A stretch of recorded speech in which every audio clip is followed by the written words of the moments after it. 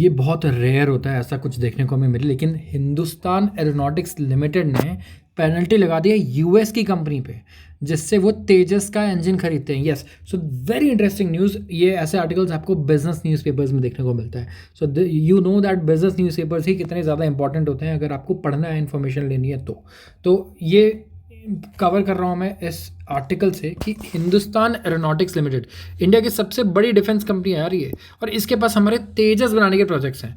US air force, sorry, अगर आप देखोगे तो इस टाइम पे दुनिया की आप कह सकते हो सबसे पावरफुल एयरफोर्स है। यूएस के पास दुनिया की सबसे पावरफुल एयरफोर्स है और सबसे बढ़िया एडवांस फाइटर जेट्स भी होती हैं। अब इंडिया को भी अपना खुद का एक प्रॉपर हमें स्क्वाड्रन बनाना है, खुद हमें अपने जेट्स बनाना है, लेकिन हमारे पास इंजन नहीं है। इंजन हम लोग किससे लेते हैं? यूएस से खरीदते हैं। तो जो तेजस, आप तेजस के बारे में सुनते रहते होंगे, ये जो तेजस एयरक्राफ्ट हम बना रहे हैं ना, ये इसके सारे इंजन हम किससे खरीदते हैं? हम जनरल इलेक्ट्रिक नाम की कंपनी से खरीदते हैं, ठीक है। एंड ये F404 इस इंजन का नाम है जो हमारे तेजस एयरक्राफ्ट में डलता है। अब हो ये रहा है कि इंडिया की जो एयरफोर्स है वो लगातार कंप्लेन कर रही है। हमें सुनने को मिल जाता है कि किस तरीके से हिंदुस्तान एरोनॉटिक्स लिमिटेड टाइमलाइन पे कभी भी काम कर ही नहीं पाता है, कभी भी प्लेन्स जो एयरक्राफ्ट है वो डिलीवर कर ही नहीं पाता है टाइम से, और ये बहुत बड़ा इशू है हमारी सिक्योरिटी को भी। अब इशू क्या है सबसे बड़ा कि एचएएल के खुद के हाथ में नहीं है, उसे ये भी नहीं पता कि वो कब बना पाएगा अपना फाइटर जेट जो उसने बेसिकली जिसका कॉन्ट्रैक्ट लिया है।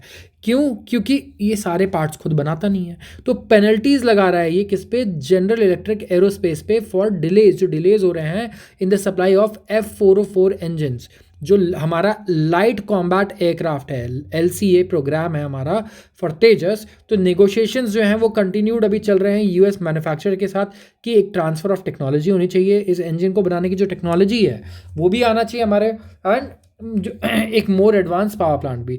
हिंदुस्तान एरोनॉटिक्स लिमिटेड HAL के ऑफिशियल से कहा है कि जो लिक्विडेटेड डैमेजेस हैं वो इम्पोज किए गए हैं यूएस की कंपनी पे, क्योंकि ये MK1 LCA का तेजस का जो इंजन था वो कहीं ना कहीं डिलीवर नहीं कर पाया टाइम से। तो 99 इंजन्स का ऑर्डर था और कहा गया था 2024 से इसकी सप्लाई होगी, लेकिन सप्लाई चेन इशू बहुत ज़्यादा बढ़ गए।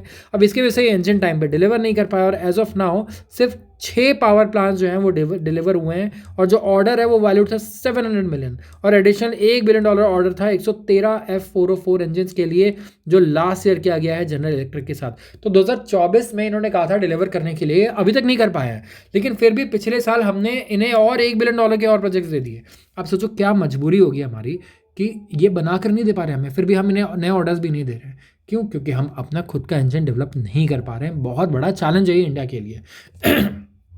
तो ऑफिशियल्स कह रहे हैं कि यूएस की कंपनी है, इसने प्रॉमिस किया था कि ये 20 और इंजन डिलीवर करेंगे बाय ईयर एंड, क्योंकि जो मैन्युफैक्चरिंग है वो पिकअप हो चुकी है। और अर्लियर जीई ने कहा था कि वो सॉर्ट आउट कर चुका है अपनी सप्लाई चेन में, कोई इशू नहीं है, सब कर चुका है।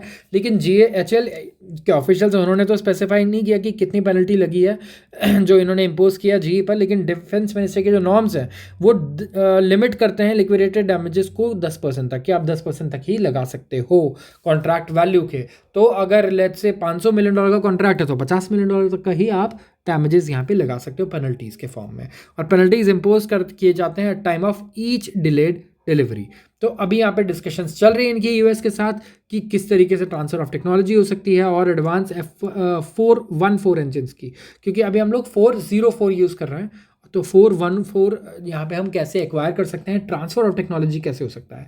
और जो सबसे पहला LCA MK2 है, एक्सपेक्टेड है कि रेडी होगा सीरियल प्रोडक्शन के लिए बाय 2027, और MK2 एक केपेबल यहाँ पे होगा of staying in air longer than previous versions, और सिग्निफिकेंटली मोर वेपन पेलोड कैपेसिटी भी होगा। तो हमारा एयरक्राफ्ट बेसिकली ज़्यादा देर तक हवा में रह पाएगा। दूसरी चीज़, और ज़्यादा वेपन्स भी कैरी कर पाएगा जितना अभी वो कर पाता है।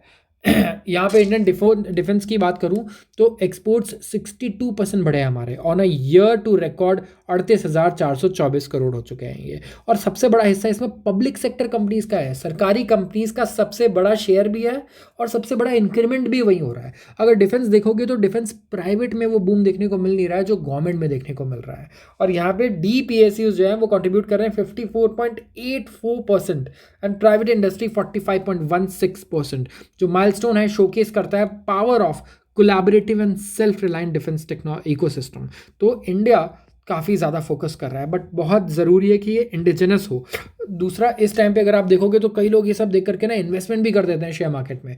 एक बार आप डिफेंस कंपनीज के जितने भी म्यूचुअल फंड्स हैं उनके परफॉर्मेंस देखो जाके, फंड्स की देखो परफॉर्मेंस, बुरा हाल है इनका। क्यों? क्योंकि डिफेंस सेक्टर में अगर आप देखोगे तो हाई वैल्यूएशन एक बहुत बड़ा प्रॉब्लम होता है। ठीक है, कि ये कंपनी 2035 में इतना कमाने वाली है करके लोग आज ही इसको 100 और 200 पी मल्टीपल पे इसको पहुंचा देते हैं खरीद खरीद के, और न्यूज़ पे भी आने लगता है, हर जगह आने लगता है, और लोग बेसिकली जैसे ही खरीदते हैं वैसे ये शेयर्स फिर डम भी होते हैं। तो न्यूज़ ही इसका सबसे बड़ा इंडिकेटर होता है। जब ये न्यूज़ में बहुत ज़्यादा आने लग जाते हैं तभी लोगों को अच्छा खासा इसमें चूना लगता है। सो अगर ऐसे ही पूरे न्यूज़पेपर जो मैंने ये दिखाया आपको, अगर आप इसका एनालिसिस चाहते हो तो मैं कमेंट सेक्शन में एक टेलीग्राम चैनल डाल रहा हूँ, आप इसे ज्वाइन कर सकते हो। हम लोग इसमें छोटा सा फी चार्ज करते हैं आपसे हर महीने, बट आपको इंडिया के जितने भी बिजनेस न्यूज़पेपर हैं उनके सबसे बेस्ट आर्टिकल्स का एनालिसिस करके देते हैं, आपको समझाते हैं इसका क्या इम्पैक्ट है आपकी लाइफ पर, आपके सैलरी, जॉब, बिजनेस, हर एक चीज़ पर जो चीज़ें हो रही हैं दुनिया भर में वो कैसे इम्पैक्ट कर रही हैं आपको। तो आज के लिए बस इतना ही। वीडियो पसंद आई तो ज़रूर इसे लाइक करना, शेयर करना अपने दोस्तों के साथ, चैनल को फॉलो करना बिल्कुल मत भूलना। Thank you.